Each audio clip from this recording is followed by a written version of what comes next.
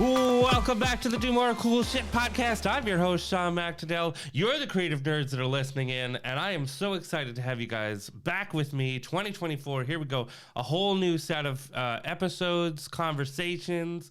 We're going to dive into all kinds of different things, and I'm so excited that you're joining me on this journey once again. Thank you so much. I hope you guys had an amazing 2023, and I hope we're looking forward to 2024. There's going to be so much cool shit going on, and I am excited to share some of that with you.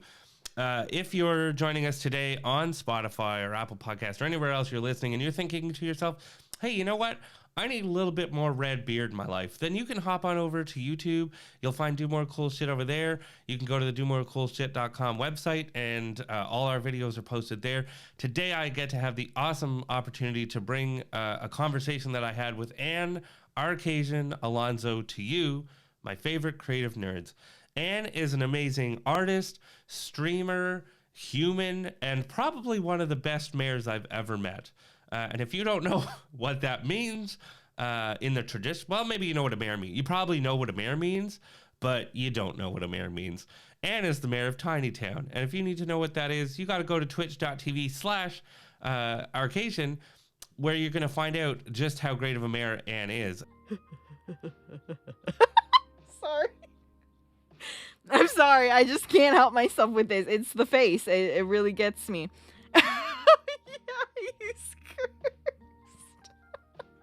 Anne is someone who's been streaming for such a long time, and I have had the privilege to be able to jump into their streams. I have my own house in Anne's little city, also known as Tiny Town, and Anne is just filled with wisdom.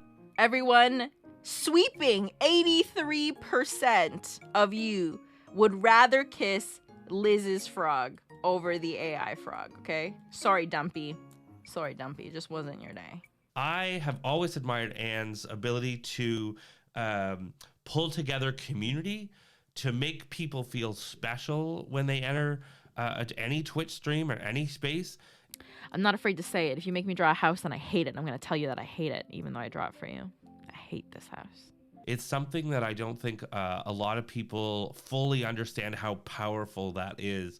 And on this episode today, when I talk about setting yourself up for success in the creative world, I think Anne is doing a pretty good job of that. She has so many good qualities. Now, do I think I can push her forward a little bit and nudge that forward? I hope so.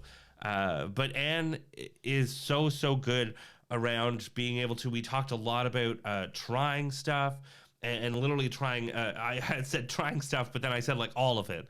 Like, don't be afraid to push yourself. Beautiful. Honestly, Gobchan, the fact that you asked if this was Edward Cullen is all I ever need in my life. It is 10 out of 10. This house is the face of, or this is the house of a killer, okay? This right here is the house of a killer. Congratulations, you are correct. It is based off of Edward Cullen and me trying my best to draw Edward Cullen. This is the house of a killer, Bella.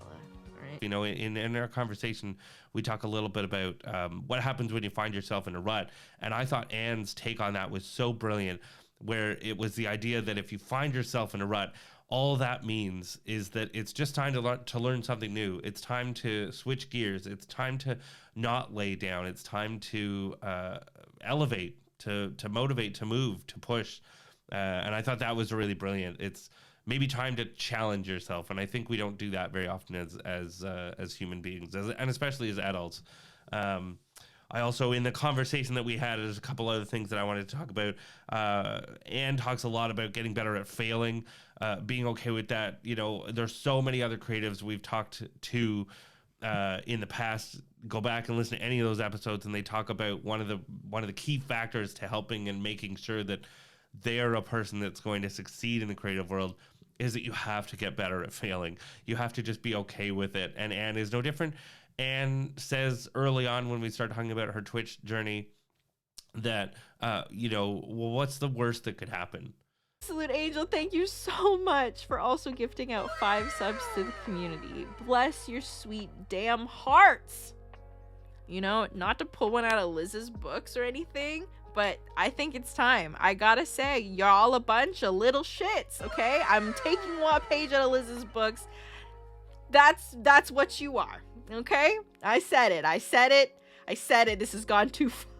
You know, what's the worst that could happen as you push go live, as you try to get yourself out there, put up a piece of art? What's the worst that's going to happen? And I just love that mentality.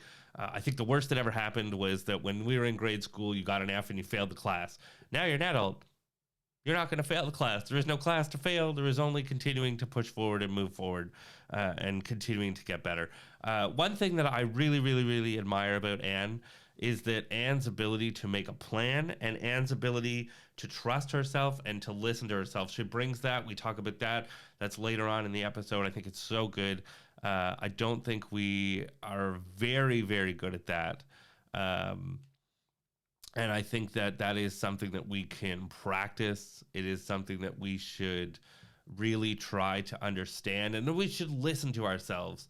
Anne talks a lot about trusting not only her physical but her mental health, and I think that we're all learning that. And Anne admits that she also still is learning that. But one of the best things that I've seen Anne do is she's really good at saying no to some things. And she's really good at putting things on pause and saying not right now. I have been pushing Anne to do art full time, be a creative full time, and Anne has been pushing back on that because I see so much potential, and I'm so excited about her talents, her ambition, her passion, and we've had this debate for a long time. Anne has other goals in life. Anne wants to raise a family and is working towards that right now, and is really, really good at articulating that. That's one of the things that I love about this conversation. It's one of the things that I was most excited to bring to you was Anne's ability to articulate what she needs and feels and thinks, and her ability to be open and honest about all of that. She does not hide any of that. She does not try to divert that conversation in any particular way. She is open and honest about what it is she needs, who she is as a human, and the journey that she's on. Even later on in this conversation, when I challenge her about some of the language that she's using, she's very open about that. And she's one of my biggest fear is that what happens if you don't relentlessly pursue the thing that you're excited about and moving forward. And Anne tempers that in me by saying that she does believe that she'll come back to it, and that and when she says that, I do believe that. You know, she has her own plan, and that's the thing that I want people to get from this episode is to trust yourself physically and mentally, to listen to Anne's words, and to fully understand that it's okay and it's important that you trust yourself and that you set yourself up for success, be it in the creative world or anywhere else, with a plan, with a good, solid plan, and to push yourself in many different ways. And our conversation is all over the place, but mostly it's about setting a plan. And that is one of the best things that I think you can do. And I hope as you listen to this episode, you start thinking about the plans that you have as a creative. And if you're out there and you want to do more cool shit, one of the best things to do is start thinking about how you can set yourself up for that. So I'm going to let us roll right into the conversation with Anne, and I'll see you on the other side. Thanks so much for tuning in, and we'll see you on the other side of the conversation. Well, welcome, Anne, otherwise known as Arcasian, which is always the funniest thing to me when I start these things, because I'm always like, is it their name? Or should I use the Twitch handle? Which, you know, I mean, you've been on Twitch now for more than 2 years, right? Has it been 2? I guess has it been 2? I think it's been more than 2, right? Yeah, that's so crazy. Which then you just like rebirth this whole new name and this new identity, and you meet people in the real world and they're like, what is your real name? Who knows? Oh gosh. I have that hard time when I know people by their usernames, then I meet them in real life and I'm like, do I call you your real name or the name I've been calling you? Right. Do I shorten it? Is there a short form? Is there, yeah. I always say, and that's the funniest thing on here, because like, I've had a few guests on here that are just real world. They don't have a persona outside of their own name and their own thing. So we get into this world, and I'm like, this person has a whole other identity, kind of.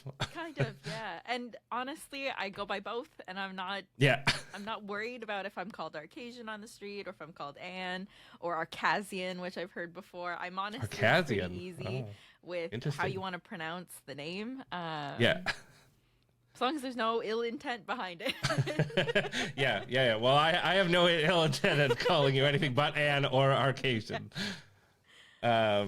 But we met, we also met a long time ago online through Twitch, and Crazy. I was enamored by, just everything about your stream, but the attention to like the chat that you were paying, I thought was really, really interesting, and the art form was really cool, and the community that you had built. So I'm just curious how you got started in that world. In streaming specifically, so the pandemic hit, and it hit all small businesses pretty hard for a while. And somehow, one of the big phenomenons that came out of the pandemic was Among Us. I know. Hilarious. Right. Anything. And a couple art friends of mine that I was mutuals with, we'd been talking in each other's DMs for a while. One of them reached out to me, and she was like, do you want to play this Among Us game? I really want to play Among Us, but we need more people to play Among Us with. And I was like, yeah, I guess I'm down to try Among Us with some art people. And then we ended up playing with all these different artists, which I am now such great friends with, and I love them so much. And one of them so happens to be another streamer. He was streaming already. You may be familiar with Let's Brock, the Let's Brock channel. Heard of the guy? And he had already been streaming. So we kind of, as a group of friends, were introduced to streaming through him and through the platform. And I started to kind of understand how that platform was working. I started to realize, because my only thoughts of Twitch were it's a gaming platform. I used to watch some game streams. I used to have friends who did game streams. I didn't know that as an artist you could do art streams. There's a whole category and there's a whole community and space to it. And Let's Brock opened the doors, and if you've been to his streams before, he always encourages people to stream too, just to try it, just to see what it's like. If you like it, keep doing it. If you don't like it, you don't have to. And I thought, you know what, I might as well start. Why not? It could be fun. And it turns out it is pretty fun. there was a nothing to lose mentality, right? Yes, pretty much. Why not? Like, you had all the tools and the equipment, and you were already doing art, right? Probably for a very long time, I would imagine, before that. So was the transition... Had you been doing anything like Twitch? I mean, I know you were obviously doing art and creating things on your own before Twitch, but had you ever done anything like that? Were you doing workshops or... I dabbled in some Instagram lives before. I didn't really enjoy it. I thought that the interaction with people who join just didn't feel quite as nice as it does on Twitch. I will say that the platform on Twitch that I really love about it is how you can connect with your community really well, and you can engage with them, you can laugh, there are emotes and moments that kind of create, it just makes for a really fun interactive experience, whereas Instagram Live, I just wasn't getting that out of it. Not to mention, I was also shyer back then, and I was a little bit more camera shy. It was harder for me to know how to do a setup on Instagram. So I dabbled in that for a little bit, but then I didn't really enjoy it so much, so I dropped it. Anything other than that, though, not really. I would say not really. Yeah, what that's an interesting question, because I think there's so many people that don't do some of this stuff because they might be a little bit shy. I'm actually working with a young artist right now who is super talented, has an amazing following, and everybody wants more of them, but they're so shy to turn on the camera or to even I was like, you don't even have to turn on the camera on you. You can just use your voice, just give the people a little bit more, a little nugget, but they're just too shy. What pushed you over the edge, or what gave you the ability to I'm just going to do it? Oh gosh, I'm a bit of a just try it and see how it goes. That's just my personality a bit. It was just kind of hey, what are you gonna lose by doing this? And I mean, I also have such a how do I word this? I have such a passion for wanting to really connect too with my audience, and I want to be like really vulnerable with them, and I want to be as genuine as I can. So for me, showing myself was a way to do that I was comfortable with. But to this other person that you're speaking about, and to many peers of mine that have also talked to me about streaming, that I'm just do it, just start streaming, and they're like, oh, I'm too nervous, I don't want to stream with my camera on, I don't want to show people, I'm pretty private. And I'm like, there's nothing wrong with being private, because Twitch even enables you to do things like be a PNG tuber or a VTuber, or there are so many ways that you can still showcase who you are without having to put your face up there on the screen. And part of, I think, the mental block that I had to get over was, hey, the worst thing that can happen with you is what? Is like what, a couple people may not show up, or a couple people laugh at my face. That's not that bad. And you just have to get over that kind of hump of thinking, oh, I'm going to be so bad at it and people are going to laugh at me. And if that's the worst thing that can happen, honestly, then the window to all the good things that can happen is well worth the risk to take. Yeah. Yeah, so true. And it's like, what is the worst, like that. And you don't have to keep going. You can just stop if you don't want to. Nobody's going to force you to keep going. So what started your creative journey? I'm always fascinated by that. Was like early days Anne I don't think was drawing Tiny Town. She wasn't, but she was doodling all the time. I've been drawing since I ever could remember my memories. My dad used to have art books, like art book subscriptions that he left on the table, and I would open them and try to draw. It was a lot of realism, which I'm very bad at, but I loved drawing, and my parents loved doodling. My mom used to doodle little characters out of Chinese characters. Like she would turn them into little drawings. And so I was always enamored with art. And the really funny part about my art journey is that when I hit college and I had an illustrations class and I didn't know what I was doing with my art, I just knew that I loved it. I felt miserable with it. I felt like I didn't have a voice. I had a really hard time comparing myself with my peers who were amazing and incredible. And I actually gave up on art. I thought, I'm never going to do art again. I'm just not an artist. I'm a designer. It's a totally different mindset. Doing art for someone else versus doing art for me. I just had this hard cutoff in my head in my college years of saying, I'm not an artist and I'm not going to pursue art in any way, shape, or form. Hindsight's really funny like that when I look at me now. Sure, yeah. What do you think, like when you said you looked at your peers, and they were good at it and you weren't, tell me a little bit more about that, because I always find that interesting. Like there's good art and bad art, but is there? Do you believe there's good art and bad art? I don't believe there's good art and bad art, but I think that I was really hard on myself with it. And I think the problem for me was that my art at the time, and to be completely honest, it was not anything that I was proud of because it was not anything I enjoyed. I kept trying to force my art to look a certain way or to try to mimic a certain style that I liked. And I think that's why I wasn't enjoying it. That's why every time I looked at someone else's work, I was like, wow, they really know what they're doing. They have a style. They have something that, people, it's a consistency that people love, which I now think is also horse crap. And I also think that at the time I was just trying to force my art to be a certain way. Whereas the reason why I came back to it many years later, part of it is because my mom passed away. I lost her to cancer back in 2016, and I was grieving and I didn't know how to grieve. Who does, right? Yeah. How was the first time I do this? Yeah. Yeah. So what I ended up doing was I returned to art. I went back to doing art, and this time, because it was just me processing my feelings, I didn't care what it looked like. I just wanted to try to capture the joy that my mom had given me growing up, and it was through these cartoons that I loved, or these characters that I would just create out of just these feelings that I had.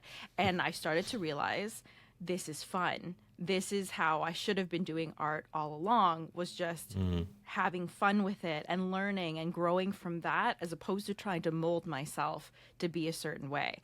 And then ever since I started doing that and documenting my journey and going from there, it became a small business. It became a Twitch stream. Yeah. And now I thoroughly just enjoy doing art for myself, and also to try to encourage other people to do whatever creative passions they want to do too.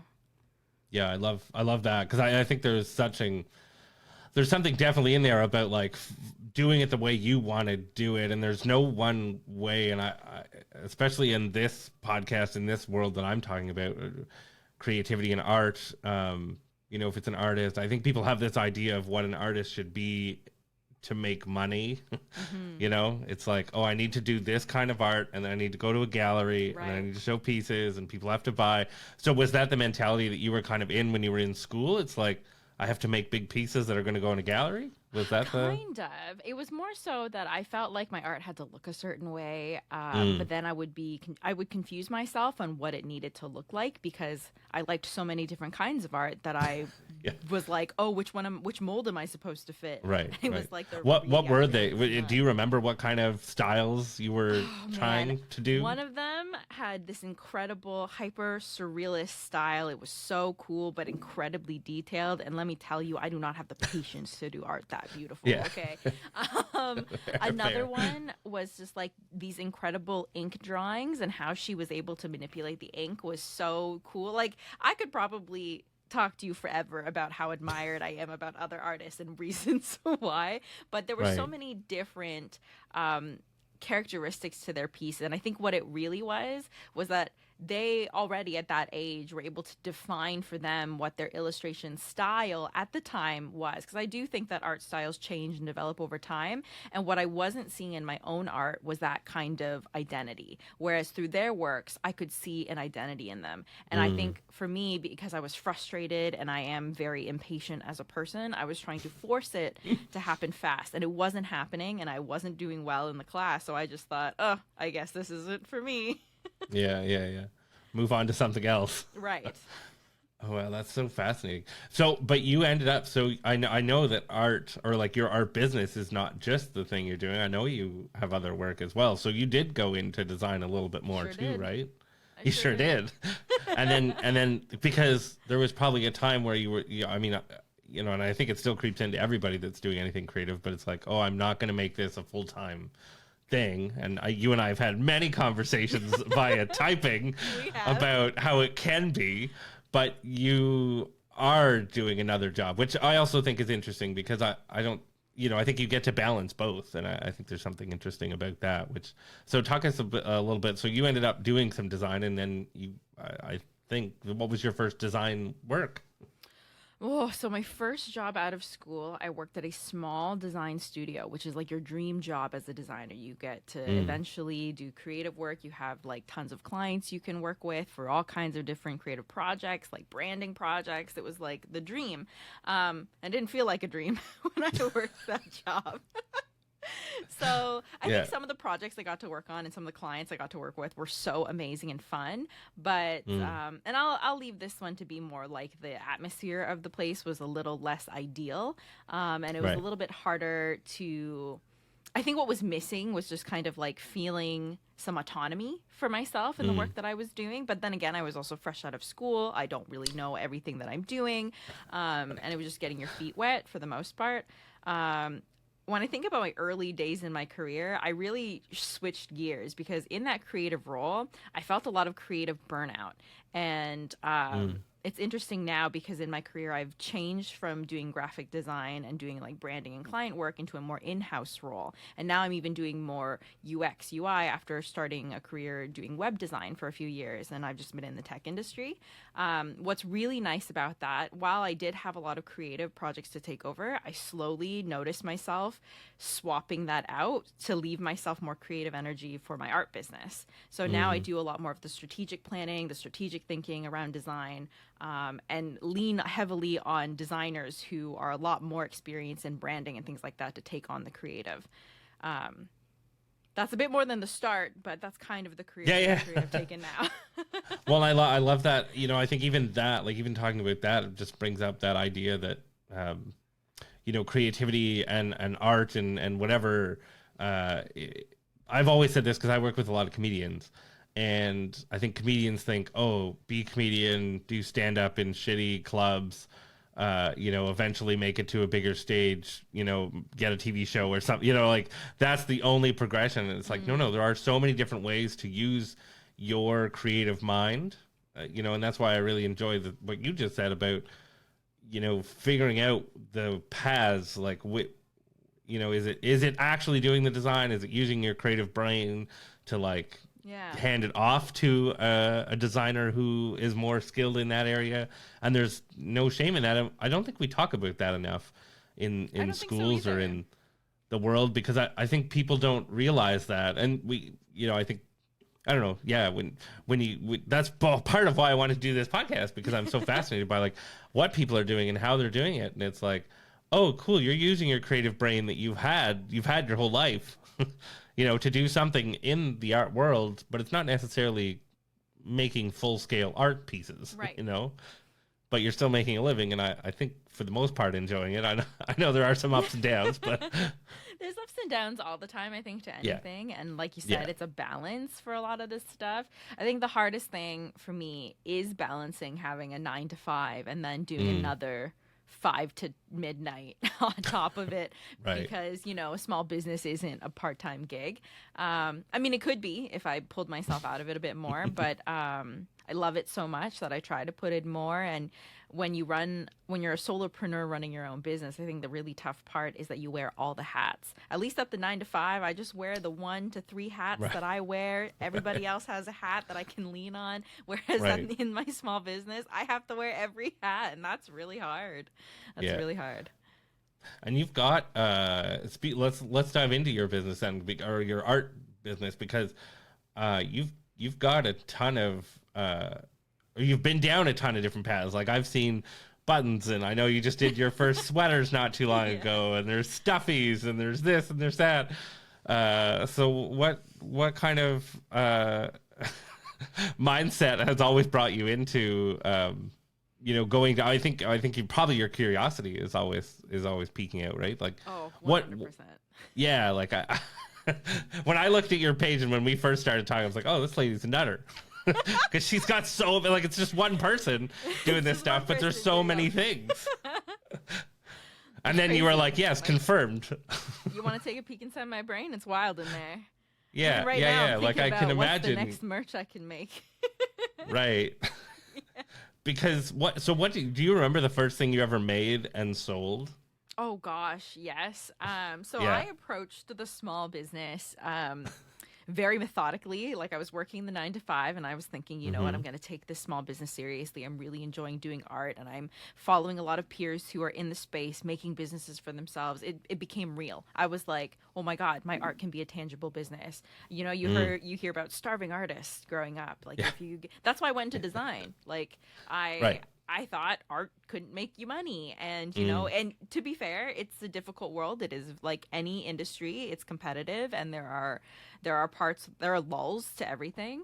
But I was like, you know what? I still want to pursue it. This is still real for me. So I got a separate business bank account. I registered my business name. Then I thought, you know what? I'm going to save up some big girl money, and I'm going to invest in my first enamel pins. So I remember I started out with some prints, some Pokemon prints and some stickers. And then I invested in my first enamel pins. And I remember when I opened up my Etsy shop with these items, all of a sudden I got my first sale of one of my enamel pins ever. And it was from an old coworker of mine who's crushing it on social media now. Huge influencer, but she was my first sale ever, the Bird's Papaya on Instagram, which is wild. So I remember crying. Yeah. You sold your first enamel. You've made it. You've sold one enamel pin. You've made it. I was crying. And then I think it was like 6 months in, after friends and family were supporting the business. After about the 6 month mark was my first purchase from a stranger. And I remember being like, oh my God, do I remember what they bought? Not quite, but I remember the feeling of like, oh my God, the first random person who bought you get the address, the shipping address, and you're like, I don't know who this is. I don't know where it's going. Yeah. Why are they here? Why are they here? I ask that all the time. That's so funny. Yeah, I could relate to that. Why is this person contacting me? I ask that question truly all the time. Sometimes I say it out loud in my live streams. What are you doing here? Why are all you people sitting here? I'm just drawing houses. What's happening? Yeah. That's so funny. How long now have you been running? How long since you registered your business? Oh gosh, Do you remember? since March 2018. 2018. Okay, yeah. Yep. So, because I think that's an interesting thing too. And you said it was kind of 6 months before a stranger Yes. bought something, right? I always find that fascinating because, people probably look at you now and they go, "Oh, you've got a lot of followers on TikTok or on Instagram, and you've got, and you are where you are now." But it wasn't that, like, it didn't just happen overnight. Oh no, it didn't. And it's It like didn't. that journey and that idea of like it's just in you have to keep creating, and that you just can't stop, like you stopped maybe in college, but there was something that still Came it's just right living back. inside you. Yeah. It's going to bring you back. I find it fascinating that we were talking about that grieving process, and that's what you found comfort in. It could have been a lot of things, but art was the thing that was the comfort.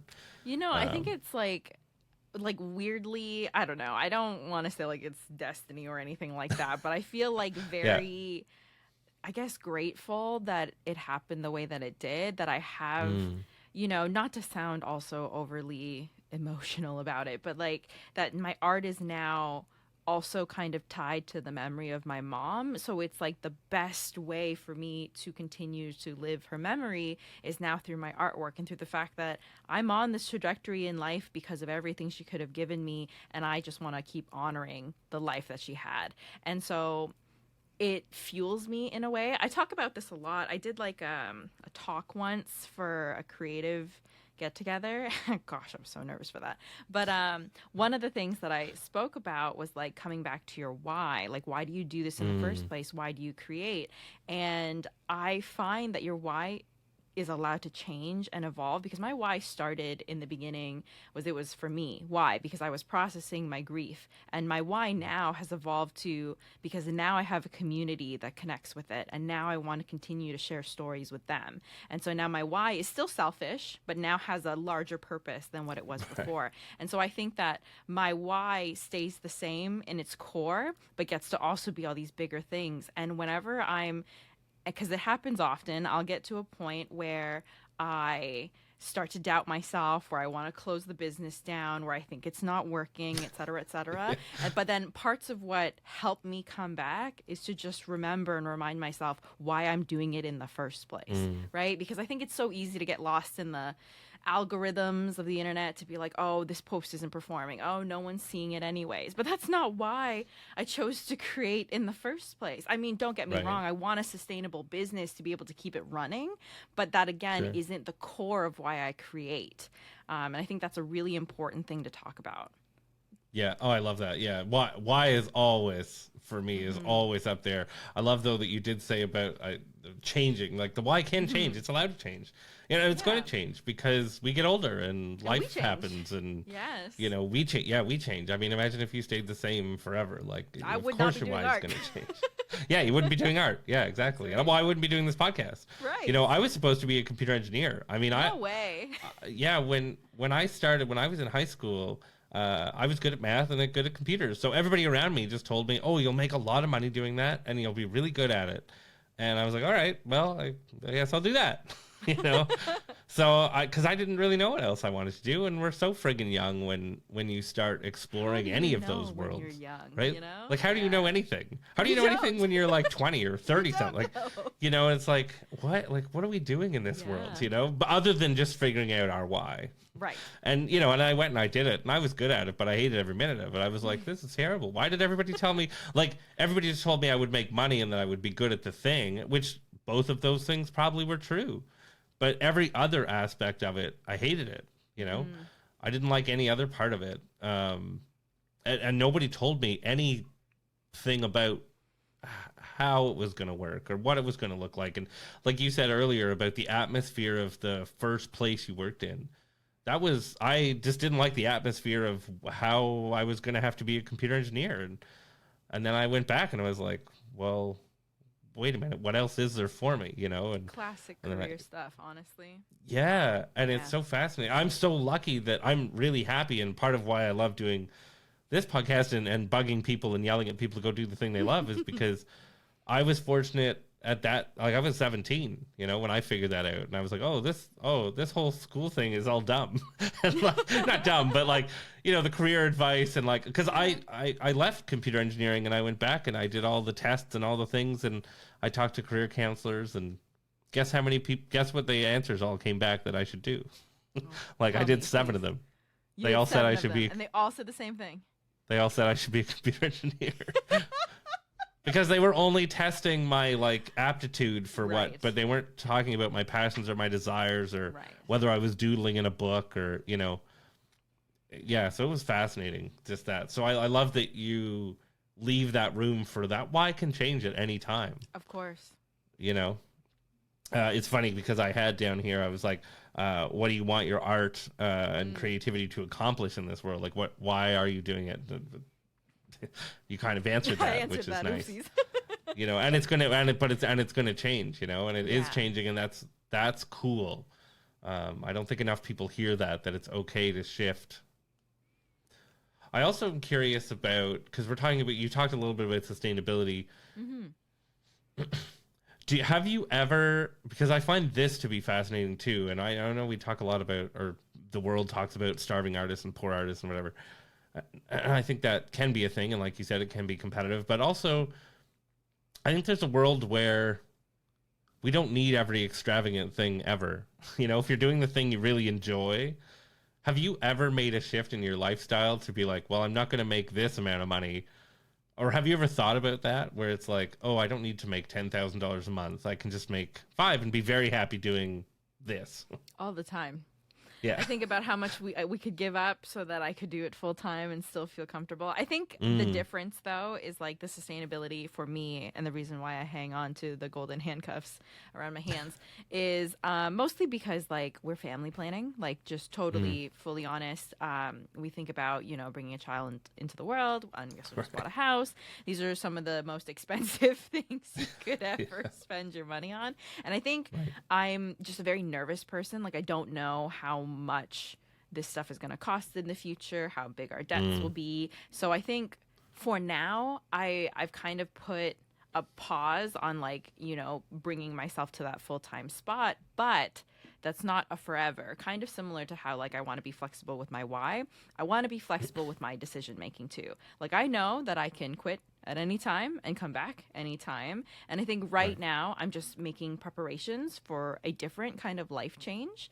And so before I want to go with a different life change that is going full time with my art, I think I want to experience the other very terrifying life changes first and handle those and kind of take them one step at a time. I do think that like had I been in a different stage in my life, or maybe even a bit earlier, maybe I would have been a little bit more ready and gung ho to take that risk. I think right now, just financially, I'm just financially nervous, and I think it's really tough for me to know without knowing how much is a kid gonna cost, you know? So I'd rather kind of set myself up for as best as I can before I kind of take the plunge to take it full time, because I want to still, that desire is still there. That I think once upon a time you asked me what's that dollar amount. I still think about that, by the way. I still have your text message running through my head rent free every so often being like, I'm going to find out that dollar amount. It's just going to take a little bit of adjusting first before I get there. Yeah, I always find that. I find that to be fat. I'm glad that's still running through your head, because I hope that is taking up a small amount of space. It does.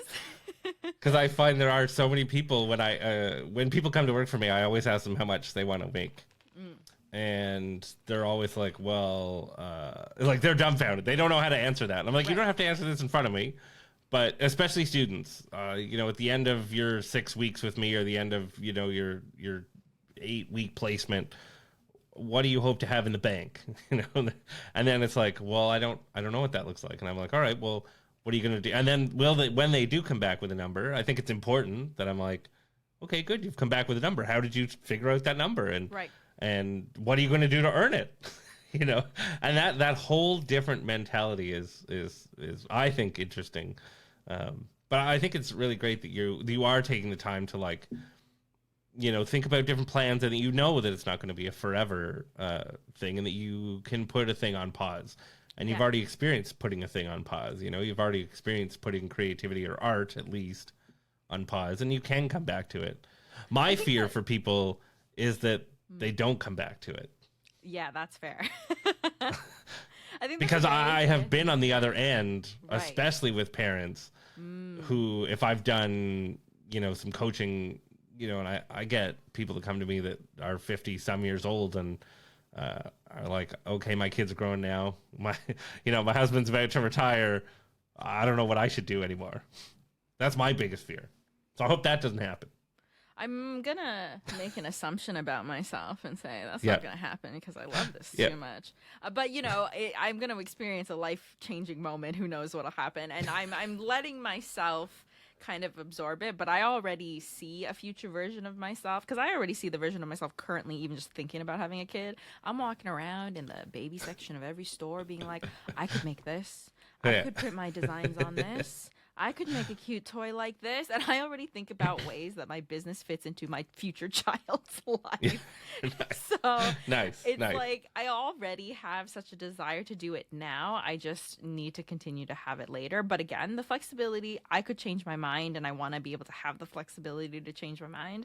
But I do think that after, and I say this in air quotes, after giving up on art before, I think I've learned my lesson and I know better than to ever try to give up on it again. I also do think that it's important to just tell creatives in general that, like, hey, if you feel like drawing isn't your thing anymore, you're stuck in a rut, it's not working for you, maybe you just need a different creative outlet. Maybe it's pottery, maybe it's writing, maybe it's something else. Because sometimes I think too, we force ourselves into these pigeonholes of what we are then supposed to be because this is what we're doing. And this is probably why I make so many different kinds of merch, because I don't want to pigeonhole myself to be one type of merch maker. I think that without the flexibility to do and try other different things, I don't know, I feel stuck.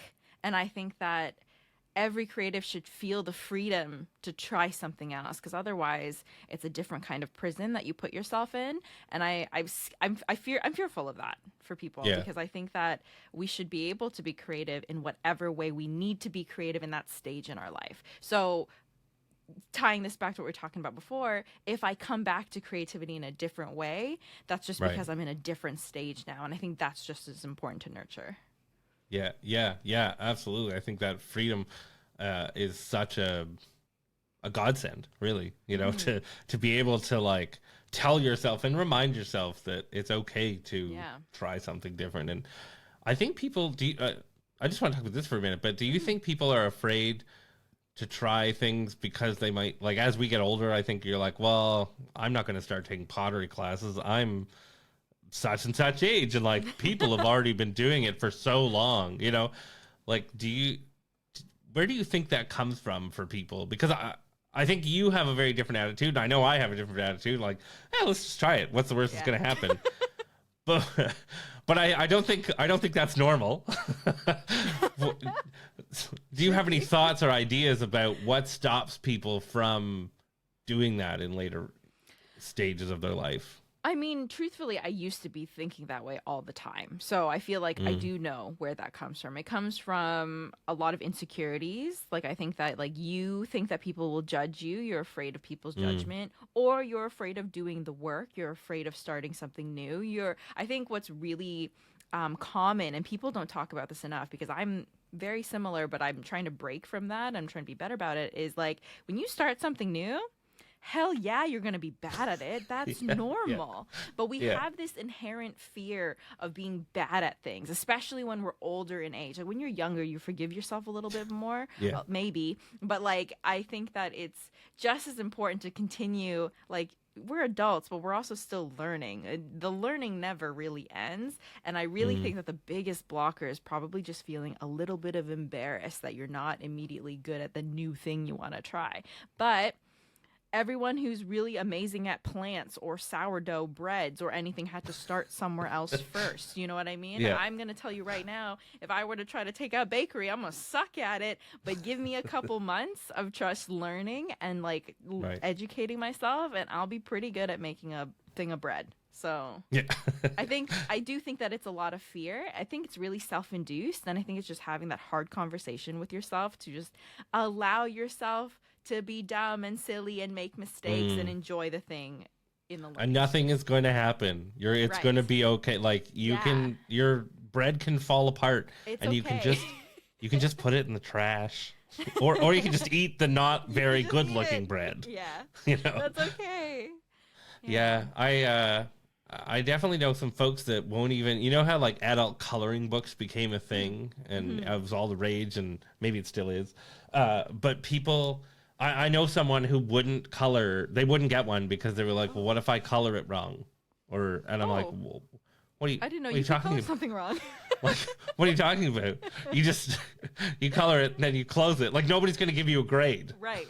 You know, you just close the book and then you just throw it away or you stash it somewhere, you know, like, but so I find that fascinating. So I really hope that more and more people listen to stories like this and say like, nothing's going to happen. It's going to be okay. It's okay. I think that it's like, It's going to be okay. it's really tough because I feel like people are really scared to try things without that encouragement or without feeling like, someone's going to hold my hand through the process. And so if you're out there listening right now and you're looking for a handhold, this is your handhold. Let me currently hold your hand right now and be like, yo, you want to color in that coloring book? You want to start that pottery class? I don't care if you're 7 or 70, you can go and do it right now, And I think that just try it, and if you like it, keep doing it. And if you don't like it, you can stop. I think it's like, again, that freedom to give yourself that space, to let yourself fail too. I think that we don't talk. Well, I feel like maybe just in my space I talk about failure a lot, but I feel like people are really afraid of failure and really scared to just make mistakes. And it's like, making mistakes is how you get better at stuff. Doing things crappy is how you get good at stuff. Not to quote popular cartoon SpongeBob, or sorry, that's not SpongeBob. Sorry, wrong quote. Not to quote popular cartoon Adventure Time, but Jake the dog taught a really good lesson. That's the first step of being good at something is sucking at something. So yeah, you're gonna be bad. Like it's just there's no way you're gonna be good. Like Spoiler alert, even if you you're are bad at naturally it. talented, it's probably not even gonna be that good. It's and like that's when okay. people ask me, how do I get better at art? And my only answer is practice. Do it more. Just do art. it. Just don't stop doing it, and you get better in time. Like it's. Sorry, I don't have a hack. I was at a talk once, and it was the best talk I think I've ever been at. It was a renowned writer, walks out on stage. He welcomes everybody. He says he hopes everybody's having a day. He asks everybody in the audience how many people want to write a book, and like 90% of the hands go up in the audience. Everybody's like, yeah. And he's like, great. Well, I'm going to give you the greatest gift of your life. He's like, you have the next 45 minutes to go write your fucking book. And he left the stage. And everybody was like, what's happening right now? And he was like that, and he like popped his head back out. He's like, get out of here. Go write, and it was like that. I can't tell you magical things about writing. He's like, I can tell you, that I read a lot. I can tell you that I write every day. And he's like, that's all you have to do. He's like, if that's what you want to do, if you want to write, write. And I think in the creative world, I think that's especially true. I don't think you should do that if you want to be a doctor. Right. I don't think you should just cut people randomly open and try to do surgery. Yeah. I think that's a bad idea. But in the world of creativity, we're so lucky that you can, like, if you want to pick up a pen or you want to pick up a camera or you want to, whatever, just try it. I think, too, it's just, like, getting over this fear of, like, perfection, too. Again, this goes back into the whole I have to be good at something. I have posted on my Instagram feed so many artworks that I hate. And, hate me is a strong word, but I'm unhappy with them. I don't like them, but I published them anyways because they were done. And I was tired, and this might just go back to my impatience a little bit, but I just wanted it to be done, because if I had spent any more time dawdling on trying to make something perfect, I wouldn't have been able to move on. And then anything that I didn't like in that piece, I kind of would readjust or fix or change how I drew that certain shape or character or form in another piece, because every new piece was me learning from the last piece, even if it was something that I was unhappy with.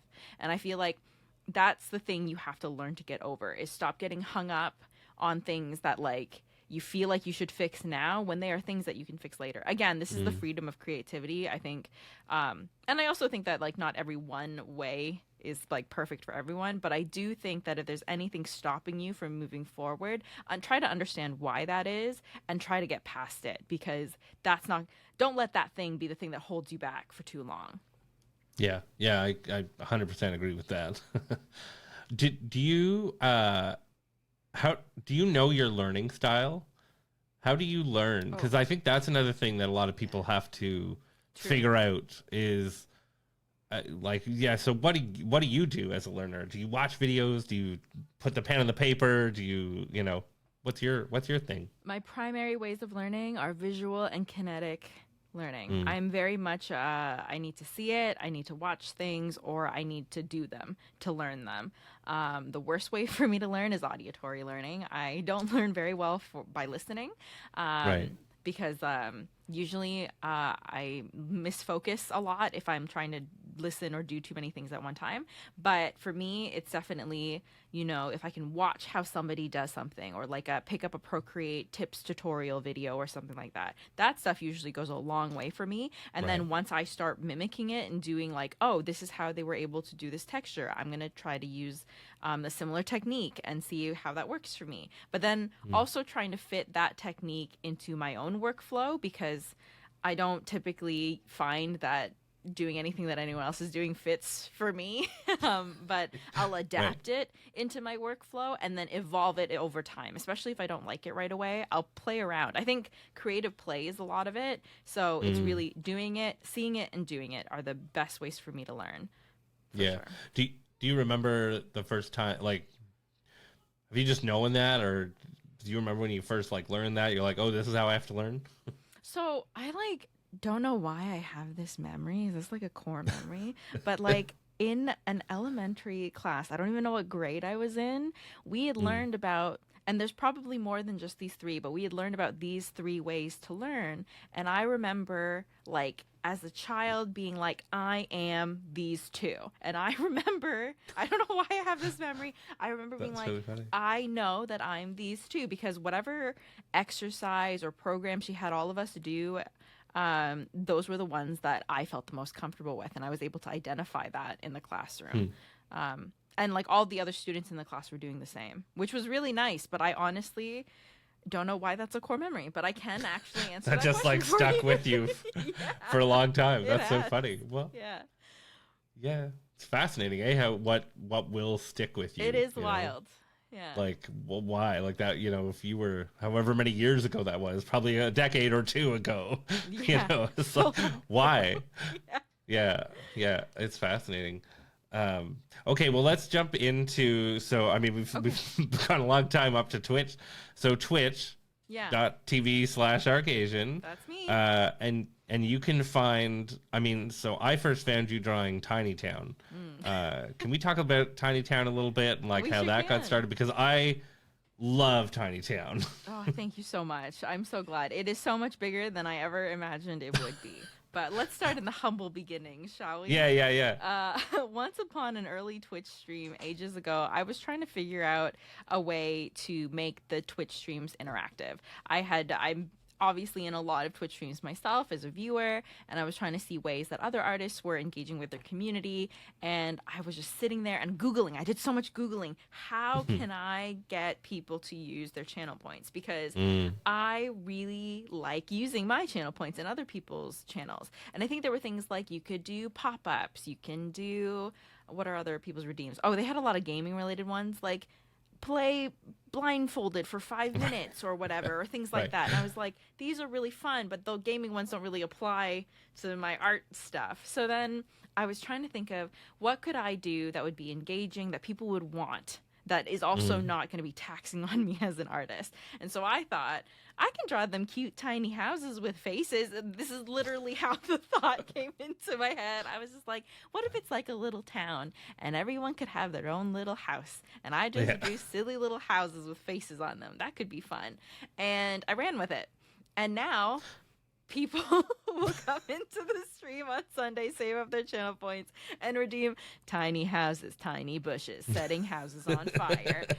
They'll redeem anything. Yeah, it just kept growing, right? Like it is so big now. We are actually very close to 400 houses strong. Oh my God. Across That's like amazing. what, 5 or 6 districts. We are currently also. It's nice because like with Twitch, because of the way that you can set up all these channel points, and channel points are earned for free, right? It's just you just have to sit there and be in the stream, and to thank viewers, because like I always want to be really thankful and grateful for them just even sitting there and listening to me talk for like 3 hours. Was that I could doodle something for you real quick. And I mean, they're not quick anymore, I'll tell you that. But they're still very fun. The chat is they're going more and more detailed, I think, as time went on. It's really funny to see how houses look like now versus how they look like in the beginning. But it's also kind of beautiful to see, in a way, it shows how the community has grown over the past 2 years. And like how my art has even matured in Tiny Town over the past 2 years. It is so wild to sit there and to see it, and like I owe that chat and that community to everyone who's there, to people who moved on with their lives, etc. Thank you for being a part of Tiny Town, because holy crap, that thing is huge. It's not mine anymore. Well, and that like, to me, it was like, that was really cool because it allowed you to do exactly what we were talking about. It allowed you to like repeat, do it again, do more, try it, and it was so interesting to watch. I don't know, just you working on any of the houses where it was just like, should it be this color or that color? And it wasn't that you necessarily were attached, like you were giving some freedom to other people to create with you. And I thought that was interesting. And maybe I want to talk a little bit about too, of like the people that have been around you while you've been doing your art journey. Whether it's Twitch or even IRL, like in real life, is you said you started art really early on when your mom and dad would just leave art magazines and stuff lying around. Do you remember the first time people were encouraging you, like when you're crapping on your own art? Do you remember other people saying like, "Oh no, it's good," and you didn't believe them, and it's this eternal battle? That's like every part of forever in an artist's journey, isn't it? Right. Yes. I think I've been crapping on my own art since I was a kid too. But I do know that like when I was younger and I was like drawing things in MS Paint or drawing things on pencil and paper, I used to like try to write a novel.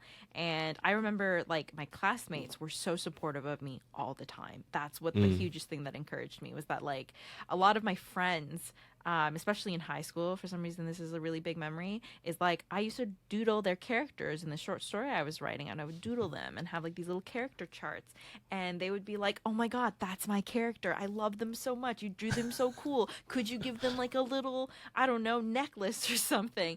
And I loved the reinforcement. It felt like really nice to be able to draw something that people really enjoyed. And I think, this is like a therapy breakthrough session, because Tiny Town is like my new version of that character sheet. Oh my gosh.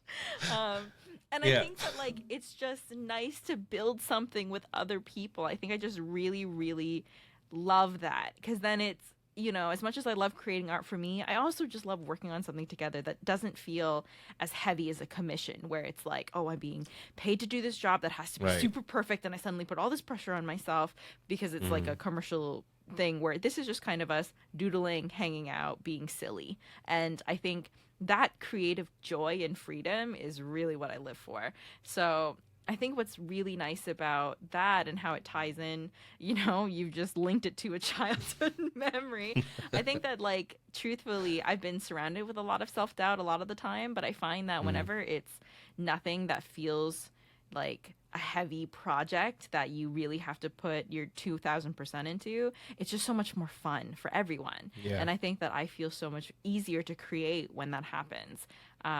I don't feel the pressure of it having to be perfect. I feel just like we get to joke about it and poke fun at each other when I can't draw something well. So it makes me feel better, especially like too when with Tiny Town in particular, when people are asking me to draw cursed characters in the house, and Yeah. now I'll charge you tax for that. But but like it's a challenge too. I also get sometimes a drawing challenge. Can I turn this abomination into a tiny house and make it cute? Can I do that? It becomes almost like a fun competitive thing for me, which I really like. I was gonna say there's some houses in there that I know you don't care for. For sure. And I'll tell you. I'll tell you if I don't like your house. Yeah. And it's very honest. Yes. It's like, I will draw this. I don't like it. Correct. But I will do it. Which also I was like, yes, I love that. It's like, yeah, it's funny. You also have, so Tiny Town has been awesome. But then you're also doing draw in your style, which I also find fascinating too. And you've done that on stream, I think, right? I've definitely seen DIY. I've worked on, I think, some other people's, as well as I've posted my own. Yes. Yeah, which I also think is I don't know, I always find that inspiring too, to be able to see. It kind of goes back to what you said, like you want to put your own spin on something, and I think that's cool, of like taking I don't know, any look at anything and being able to, like, put your own spin on it. Where do you get most of your input? Because I think as artists, as creatives, we have to have so much output, but people sometimes forget to put input. That's a really great question. I've never sat down and really thought about that. By creative input, I guess we're talking about like inspiration to a degree, or kind of like what feeds the work that comes out. I find that the most fun I ever have is when the input is like a lot of free flow. Like, especially, if we were to say, for example, draw this in your style piece, how do I take that existing thing but make it with my spin on it? And I think a lot of it comes from, I have a source, and then what do I do with that source? Like, how do I take this, and then that input is already kind of like, I've got a subject or a mood or a theme, and the rest of it comes from the stuff I've been messing with. It's like my playground in my mind, if you can imagine what that looks like. I go into this weird mind palace, if you will, and I just start to free flow with it, like the forms that I'm used to or the forms that I like to. It becomes a lot of play. A lot of my input is just play with shapes, colors, forms, line work that I'm just really enjoying. I think we were talking about this earlier, where it was like, I am now in the best part of my art career where I really am enjoying the art process. And this is going to ebb and flow. I think that happens to every creative too. You'll fall into a rut with your own art style. You'll wonder why it feels stale to you specifically. And it's because you're in a point where you're ready to grow. And I think that the fun thing about art challenges, like draw this in your style challenges or prompt lists or anything like that, is that you have a starting point. So that input of a starting point mixed with your own creative, whatever it is you're feeling at the time, whatever it is you're going through, whatever it is you're thinking about doing with art, I think merging them together becomes like an extra fun exercise. Kind of going back to like the challenge of drawing a really weird tiny house. It's kind of, now there's something to work with that grinds a couple gears in your head. And I think that's really fun. Yeah, I like that. Yeah, I love. Yeah, I mean, you have such a community, I think, now that you've built. Like, I love watching you interact with other artists, other creatives, which I think is so important it's really important for the good days, but I think it's even more important for the bad days when you're not feeling your art or you're not feeling creative or whatever that is. And that's going to happen. That's going to happen to everybody. I think people don't talk about that enough, that there are definitely days, months, weeks, maybe even years that you just don't feel it. But if you surround yourself with the right people, and that's what I love about, like, I don't know, I've seen you guys do team streams and, feed off of one another and push one another. And I think that's so important. And I love all that kind of stuff. I wanted to wrap up a little bit as we come to the end. I want to talk about your Patreon a little bit, because I know you've got a Patreon floating around out there, and I know it comes.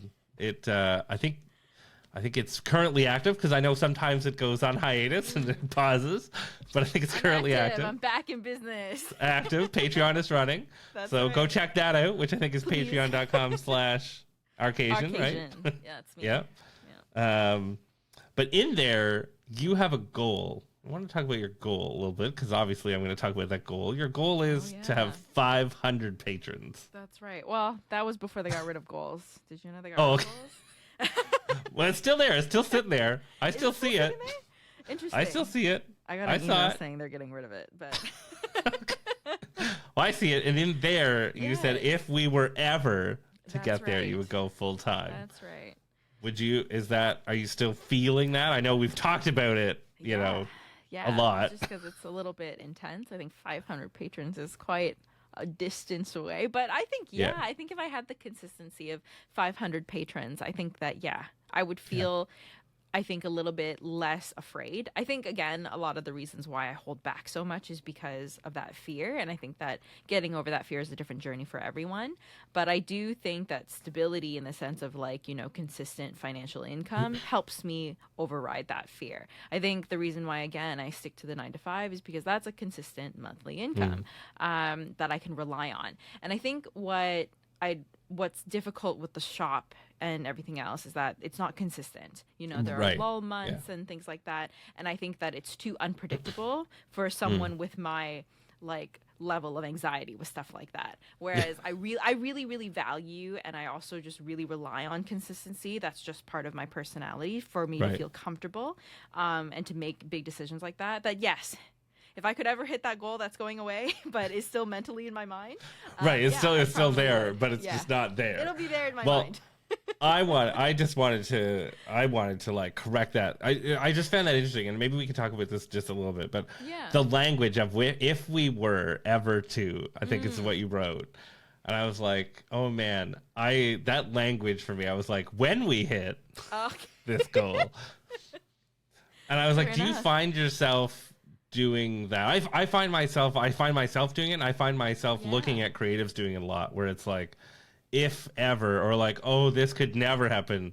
But it's like, what if we did change that? No, that's a really great point. I definitely do that a lot. Like, I absolutely speak in a way that is not as optimistic because I think I'm just scared of being too optimistic, and I'm very it's absolutely from a place of like fearing a failure. You know, I talked about earlier how you know you need to let up on it, but it's definitely hard to do, and I think that absolutely recognizing that I do need to change my language with that stuff. I think, you know, even doing that, and even if it doesn't happen now or today or tomorrow, but when it does happen, like you're saying, the idea is that I'm looking forward to when it does happen, and I'm actively working towards it. I do think that the more active you are with your language, because I do believe in this, the more you also will yourself and start doing things towards that, as opposed to definitely hearing back saying like, oh, if I ever hit that, because how could I hit that? You know, how could I ever? You're right. It doesn't bode the kind of energy that will help push me in the direction to actually achieve the things that will get there. And I think that I probably do play quite a passive role, and I could afford to be a little bit more aggressive is a little bit too strong of a word, a little bit more assertive towards hitting some of these goals that I've set. Yeah. Oh, I love it. I hope so. I hope it does, because I think there's I've watched lots of your streams. I've looked at your shop. We have your art hanging in the walls here. Thank you. You know, and it's like I'm always fascinated when people do this stuff, but then also don't fully believe that they could do it fully. And I'm like, no, believe it. You know, you could do it. I fully believe, because why not? That's so true. I think that like, why not you? I guess because it's the fear of what if I say that and then it doesn't happen, and then I'm just an embarrassing puddle of a person. An embarrassing puddle to who, though? To me, yeah. That's, to you, it's so fair. To you. It's so fair, though. You know, and at that point, like, if that's, like I said earlier, if that's the worst that it could be, why not just change your language? Well, and is there a time limit? You know, like, I think that's an interesting topic of conversation. Does it have to happen in a year? Does it have to happen in 5 years? You know, are you paying your bills? As long as you're paying your bills along the way. Yeah. You know, I think that's an important thing. Yeah, and I love your whole take on giving the freedom to try different things at different times. but also that there is no timeline. Like I don't think, I think there's another layer of like, there's no timeline. Who says you have to do it tomorrow or next week or, you know, in That's 2 right. years? Like I It'll love happen that you. when it happens, but it's gonna happen. That's how I'm supposed to be thinking. It's going to about it. happen. Yeah, It's gonna happen, and I however love long that. it Like takes. you started this business selling, you know, stickers and prints, and then you sold an enamel pin in 6 months to a stranger. To a stranger.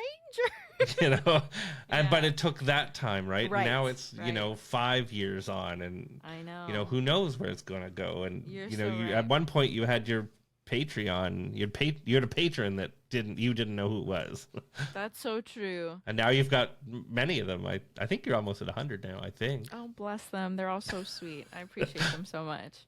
Yeah, love it. The Patreon itself had to go through so many different changes too, just because a pin club was too much for me to handle at some point, so I needed Yeah. to change things, which was messy. Yeah. That was a messy switch. But I over. love, actually, that's one thing that I respect a lot, and probably the most that I respect about you is that you know yourself really well, and that you will pause something if it's not working. And I think that takes a lot of courage, and it takes a lot of self-awareness of like, nope, this is too much now. Yeah. I'm gonna shut it down, and I'll come back to it. And I really admire that, because I think a lot of people will push themselves beyond that point and then fully collapse.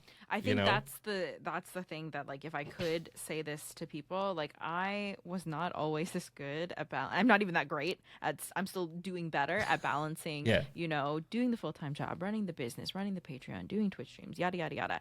And I think that there was a time just a couple years ago where I was so burnt out that it affected my health really badly. And I remember being terrified of that. I don't want creatives to wait until something happens to Yeah. you like that before you make a change in your life. You have to always be, and no matter what, and everything you do, you have to prioritize yourself and your health, be it physical or mental. Technically, it's both. You have to prioritize both.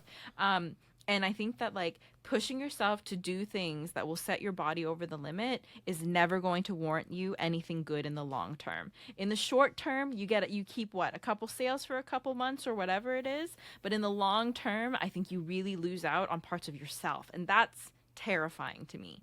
So if there's one big lesson that I did recently learn, it was to absolutely come back to me and taking care of myself and knowing that you can change your pace when you need to.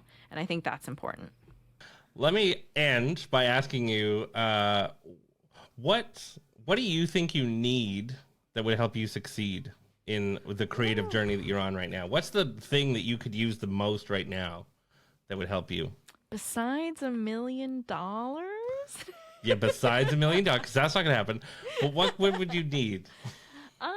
That's a really great question. I've never actually thought about the things that I need to succeed. And truthfully, I think it's because you're gonna love this. I think it's because I already have the tools to succeed. I do think I can. I do think I have the tools. I think the only thing that I would ever really want or need are intangible things like more money to invest in the business or more time in a day to get things done. I think that currently, and I don't mean this, I hope that didn't come across arrogant. I think that, like, I am at the point now in my career and the business where I feel like I've got the tools and I just need to apply them. I just need to continue to apply them and to do right by them and to actually probably come up with a better business strategy sometimes. Because sometimes I just feel like I'm flying by the seat of my pants. But, like, I've been so blessed by, like, we've talked about, you kind of mentioned that I have this community that's been built around my business. And the one biggest thing that I could ever say to anyone who's, like, you know, looking to start a business or, like, what's the thing to invest in your business, I just want to invest more in the community. They are my number one. They've always been my number one. They're the reason that I still keep doing what I do. They show up for me. I show up for them. It feels like you were talking about before. It's just the fact that, like, you have people to rely on those bad days just as much as they're there to celebrate your good days. And I think that when you're starting out, especially, one of the things that I think is really important is participating in the communities and in the spaces you want to be into, and then finding the people that you connect with. You know, it's not going to be everyone, and I don't think that every relationship in every space is the same, but I think as long as you have great intentions and you're genuine, you'll find other people who'll be genuine with you. If I could, I'd multiply myself a million times so I could be friends with even more people to help encourage more of this community, right? I think that this is great. Everybody who's ever showed up for me forever is the reason I'm still here. And I could never, ever thank those people enough. I don't know if there's anything other than more stuff to give back. I don't know if there's anything else that I really need right now. I think it's stuff that's not actually tangible, like more time, more financial backing, because I feel so blessed to have so much support. Like I was going to say maybe more support, but that's not even true. I have all the support of people like yourself, people like the community, Tiny Town, etc., and so forth.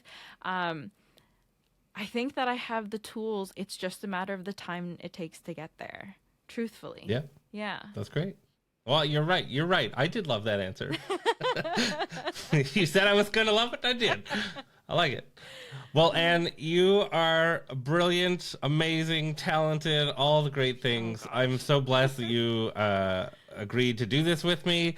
I'm glad that I kept bugging you until you did it. I'm glad that you said no a bunch of times for your own your own health and wellness, because I think that is a good lesson. I'm really glad that we got to talk about that. I'm glad that I'm going to keep bugging you probably for more things, do more things. Never stop. I love it. I love everything that you shared today. I love, if anybody gets a chance, please go watch twitch.tv/arcasian, which you'll find in all the links and things down below. Because you'll be welcomed by a community of villagers in all their little tiny homes. You can get your own tiny house. Yeah. You can come and get your own tiny house and be a part of the craziness, be part of the district. Yeah. Come visit the mayor of Tiny Town. That's me. Yeah. Well, I thank you so much, Anne, for doing this. Thank you so much for having awesome. Me. Absolute Love it. Pleasure. Thank you so much for tuning in. What an amazing conversation that was with Anne. I hope now you are fully aware of what an amazing mayor Anne can be. And I fully encourage you to go to twitch.tv/arcasian so that you can go tune in, watch how she makes people feel comfortable and special, which I think is an absolute masterclass in her Twitch streams. And it's something that I think as creatives, and when I'm always talking about going and finding your people and creating that environment and creating that group, Anne is a master of making people feel special, making them feel comfortable, and all she's doing is making them a tiny little house. But more than that, she's giving people time and attention, and she makes it such a fun, interesting, comfortable place to hang out. So if you are not watching her streams, you absolutely have to. And as a creative, jump into that stream, jump into that world, say hi to Anne, and just live in that environment, because Anne surrounds herself with so many amazing people. And if you're thinking about setting yourself up for success, and you are thinking of a plan and a journey of how you're going to be a creative, then I hope that you listened to this episode, and I hope that you took all those things to heart. I always appreciate you guys coming in. I'm so excited that you guys are with me on this journey again. This is episode 1. We're going to be trying to do episodes every second week. Every second Monday, there should be a new episode coming out. And every other Monday is going to be an episode with a guest. I have such an amazing lineup already, and there's going to only be more. And I hope that you come, you join. As always, I hope you come to domorecoolshit.com. You drop me a note. You tell me what you're working on. I love hearing what you guys are working on. I love when you share pictures. There's also a Discord, which you can click through. We've been doing the last Fridays. There's a great creative debate, which is kind of a fun little Do More Cool Shit project that we're working on right now. That's the last Friday of every month. Tune in on twitch.tv/do more cool stuff over there. We have to say stuff because, things and stuff. If you come in, I'll tell you all about it.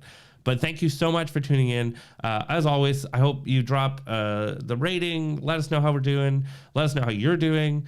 I am so eternally grateful that we're on this journey together and that we're putting more cool shit out in the world. So thank you so much for coming in. You guys are amazing. And I hope you have an amazing week, you bunch of creative nerds.